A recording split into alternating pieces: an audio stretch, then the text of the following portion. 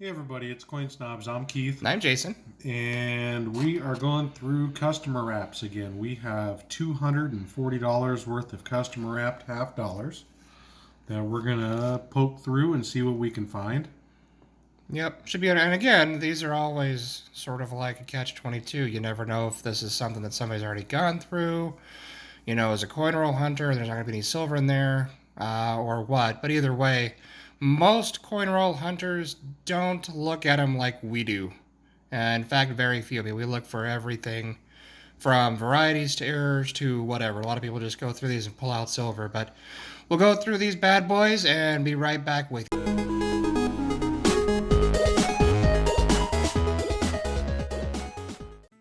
All right, everybody, here is an overview of our take for those customer rolls. Over here on the left-hand side, we have some struck through grease or struck through whatever. Quite a few of those. Decent-looking bicentennial. And this one is quite obviously struck through so much you can actually see it before it's under the scope. A couple more struck through right here. Got some strike doubling, as we usually do. Again, not a true error, but we keep them because they look neat. Not actually a double die. It's just where the die has become loose, and when it lifts up, or sometimes on certain coins that get a second press, that second press shows the shift. So it's almost more like a scrape than an actual double die. It's kind of interesting. But we keep those, either way. Then we have some clashed coins. Not super significant, but in the usual obvious places you can kind of see the transfer of the top of Kennedy's head on the reverse. And that one's a little furry on the top left there, so I'm sure it's got a story to tell. One single Philadelphia coin that has a die crack in the usual spot. Kind of odd that it's only one. I mean, usually half of what we have seems to have a die crack on it if it's a Philadelphia, but cool. And then some oddities that we will take a closer look at that I'm not sure what they are. I mean, it could be obvious and I'm just not thinking about it or what, but one of them I'm really not sure about. We'll take a look at those. Couple of decent 2017 Philadelphia Nifsies, not intended for circulation. Got some fingerprints, but, obvious signs of handling, but not really anything you can call circulation. Maybe a couple things here and there, but again, it's a Nifsy, so we'll keep them. And then the belle of the ball. That little fella right there. So anyways, overview again. And next up, we will scope a few of these. Alright, first up, we have a 1997 Denver. Usual circulated condition, obviously. Not something you'd typically keep. And nothing pops out right away, except down here at the bottom, we have some struck through grease. Let's see if I can get a good angle on it here. There we go, right below the tail feather there. We actually find quite a few of them that have what seems to be struck through grease or some, struck through some sort of foreign object in the same area for some reason. I don't know if it's something they typically miss when they are trying to clean the polishing compound off of the die, but there it is, and it's actually quite deep. But yeah, definitely some sort of an imperfection. I would say that is struck through grease. Next up, 1977 Denver. Not in great condition, but definitely not in bad condition. I'd say it's probably about AU. Probably a high AU. And over here on the reverse, to the left of the right wing of the eagle, which would be our left from our standpoint, is struck through something. The only thing that I can really think of maybe that this kind of looks like, and we've found this on several coins, is maybe like it's almost like a piece of lint or fuzz or something that came off of maybe some sort of a polishing rag or some sort of a buffing pad, something like that. But that's kind of what it reminds me of. But it's not damage. There's nothing raised about it. There's no place where you can see that the metal has been scraped away. And it's not indented because it doesn't transfer to the other side, so that's definitely some sort of a foreign object that has been left either on the die or maybe it got on top of the planchet perhaps. Hard to say, but there was definitely something there between that anvil die and the planchet. So we'll keep that for all of its character. And then we have what is obviously a bicentennial. Pretty decent condition. I'd say actually pretty close to the condition of that last coin, that 77 Denver. This one might be a little bit more worn, but I would say this one's about uncirculated as well. And we kept this little guy out because it is completely missing a star right here above the L and dollar. Right about there should be a star. Again, it's a filled die, struck through grease error. So pretty much the same concept. What it is it's just the grease or polishing compound gets stuck in one of the devices of the die and completely eliminates that device. So, well, you can kind of see it a little bit in the shadow there. So it's a little bit there, but it's definitely a filled die. So that one's going in the collection. 1990 Denver. Pretty good condition. He's taken a few decently hard hits. Right there, obvious bag mark.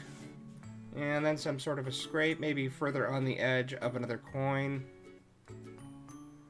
All in all, not too bad. A little bit there. Could also be an imperfection that was transferred over from the planchet itself to the finished coin. But this one is the one that you saw on the video. Pretty dramatic struck through grease right there.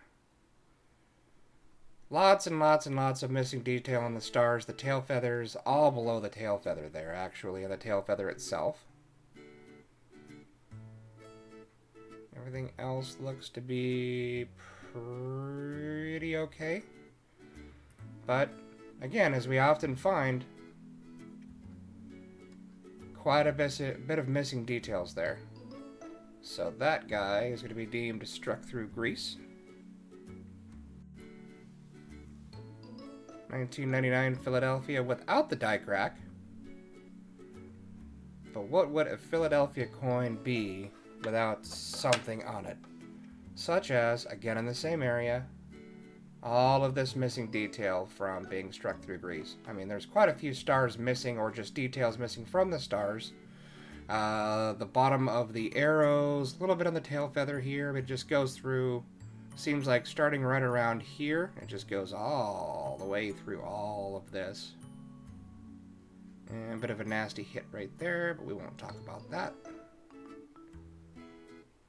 But yeah, and it seems like there's a few splotchy areas throughout the entire reverse that have at least a little bit of struck through grease. But definitely most obvious right there, as usual. 1990 Denver.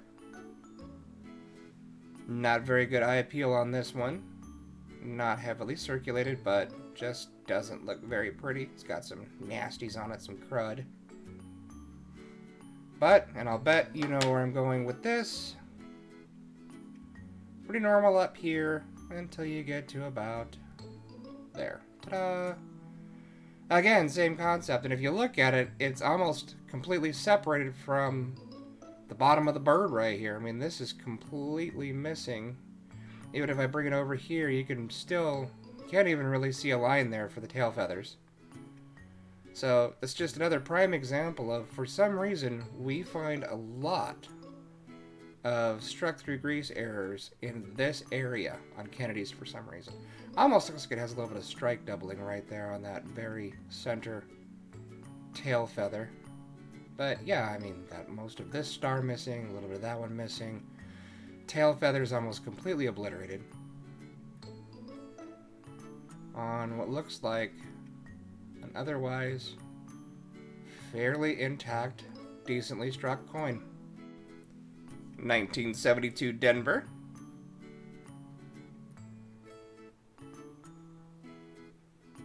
Nothing fancy, obviously. Personally, I get kind of tired of finding 1972 Denvers because we find a ton of 72s, 71s, 74s, of course. Anybody that's hunted half dollars knows that this is like the staple of any half dollar hunt, is a ton of these guys. These are also the ones that you look for the no FG error, but we've only found a few of those. I mean, I say only a few of those, like it's a sad thing, but it's not. Anytime you find those, it's pretty awesome. But, of course, for every one that we find that has no FG, we find probably 1,000 that have the FG nice, crisp, and beautiful, which is a sad thing. However, we turn this around a little bit, and this is a clashed coin. This is where, and I know I've explained this a few times, but might have some new people out there. This is where the anvil die, which is the bottom die reverse die, and the hammer die, which is the obverse die, which is the only one that actually moves, that comes down and strikes the coin, they are able to strike or clash each other without a planchet being between them. So they actually put an imprint of each other on the opposite or opposing die. So you get a little bit of a transfer. Now, typically when mint workers catch this, of course, if they catch it, and when they catch it, that's when you get polishing. They try to polish out as much of that clash as they can to see if they can possibly save the two dies, which typically they can, but they're not going to be able to polish out all of it, because sometimes it could be fairly deep. So there will be little remnants, little ghosts of when the two dies actually came together. This one, we found 3 of them in these custom wrapped rolls, but I wanted to show you this one because it's the most obvious. Let me see if I can get a good angle on it here with the light under the scope. But if you look, somewhere between the F and the D or O, I should say, of the writing for $half, you can kind of see it. Yeah, that's not too bad right there. Most obvious, I would say, above the D and the O, especially the D right there. What that is that's actually transfer of the top of Kennedy's head. That's his hair. Yeah, a little bit better right there. I know it's not in the center of the screen, but it's a little bit easier to see with the way the light hits it down here in the left-hand corner. But yeah, that's actually the top of Kennedy's head. So